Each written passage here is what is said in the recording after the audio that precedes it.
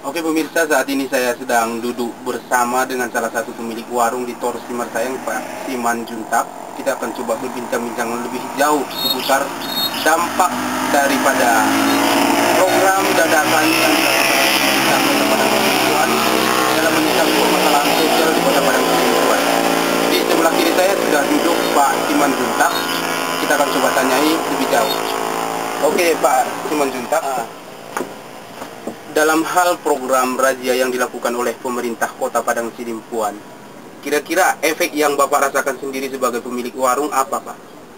Ya, efeknya masyarakat di atas ini kan punya warung-warung berjualan, ya yang kami rasakan adalah kurangnya pengunjung, bahkan turun drastis sampai 99%. Akhirnya para pedagang di sini ya mungkin sudah sulit untuk makan karena tidak ada lagi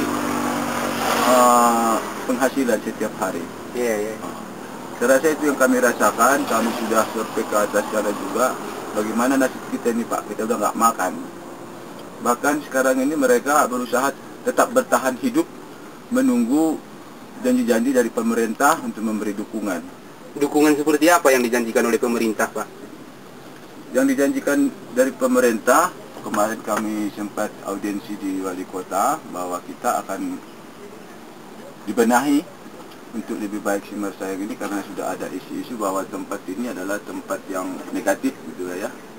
Kemudian akan dibenahi, kemudian kita dibantu secepatnya melalui mungkin koperasi ataupun UKM atau bantuan bergilir begitu. Oke, dalam audiensi pihak pemilik warung Tor Simarsayang ini dengan pemerintah setempat, tanda kutip Pak Wali Kota hari itu, kira-kira nggak batasan waktu yang dijanjikan oleh wali kota dalam hal pencairan bantuan yang dimaksudkan tadi?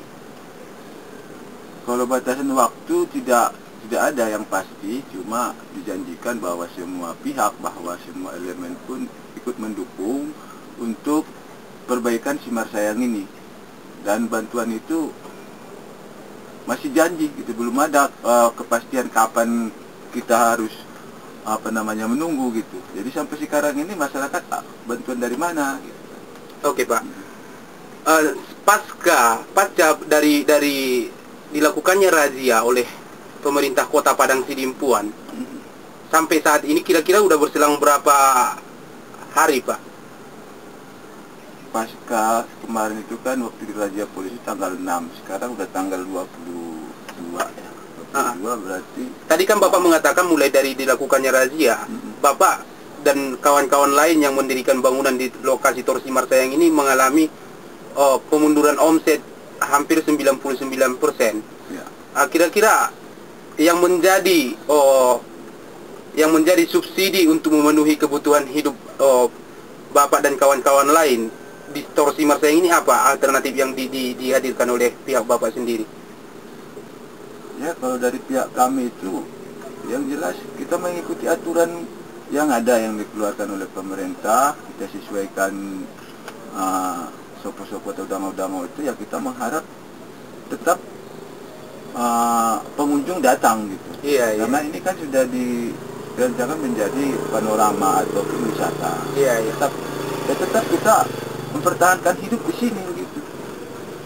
Jadi istilahnya pihak pemerintah mulai dari pertanggal razia itu sampai sekarang belum pernah berkunjung ke sini untuk memastikan apakah warganya bisa hidup normal sesuai dengan apa yang diamanatkan kepada mereka sebagai pelayan publik. Itu belum pernah dilakukan, Pak.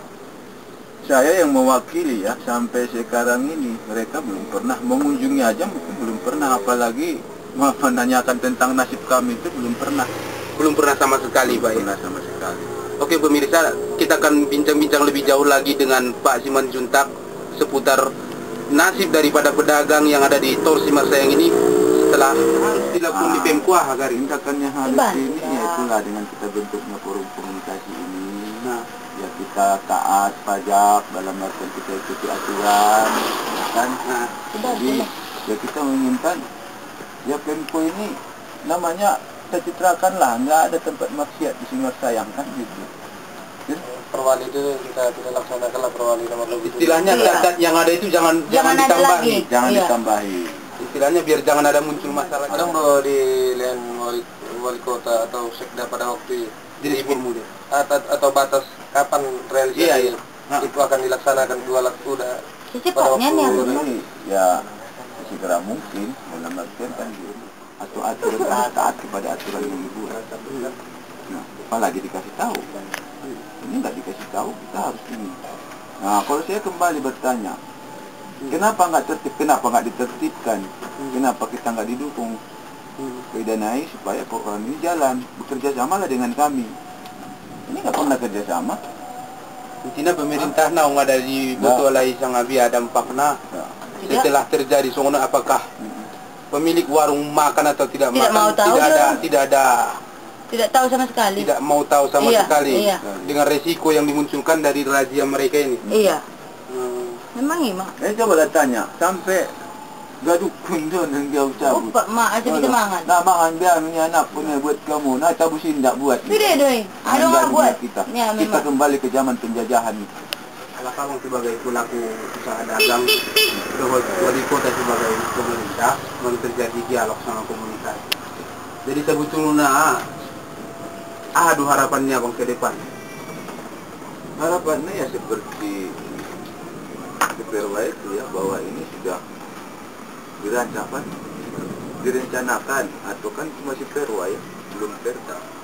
Itu menjadi panorama alam yang alami, indah, bersih dan lestari. Dan sebenarnya kalau itu memang terwujud, saya rasa semua kita ini pasti setuju ya.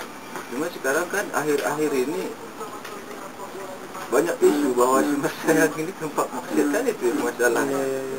Nah, makanya nggak sesuai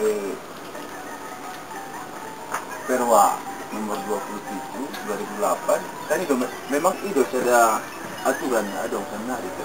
Perda nomor 27 Perwa perwali. Oh, perwali. Peraturan Wali Kota 27 2008. Iya. Jadi itu kamu dasarnya. Jadi dasar ini sopo-sopo 20 cm, nah boleh semak-semak, anggobornya format lampu, kan gitu. Jadi ya istilahnya kita tidak ada razia, tidak melanggar itu kan Ketentuan yang mereka ciptakan itu. Iya.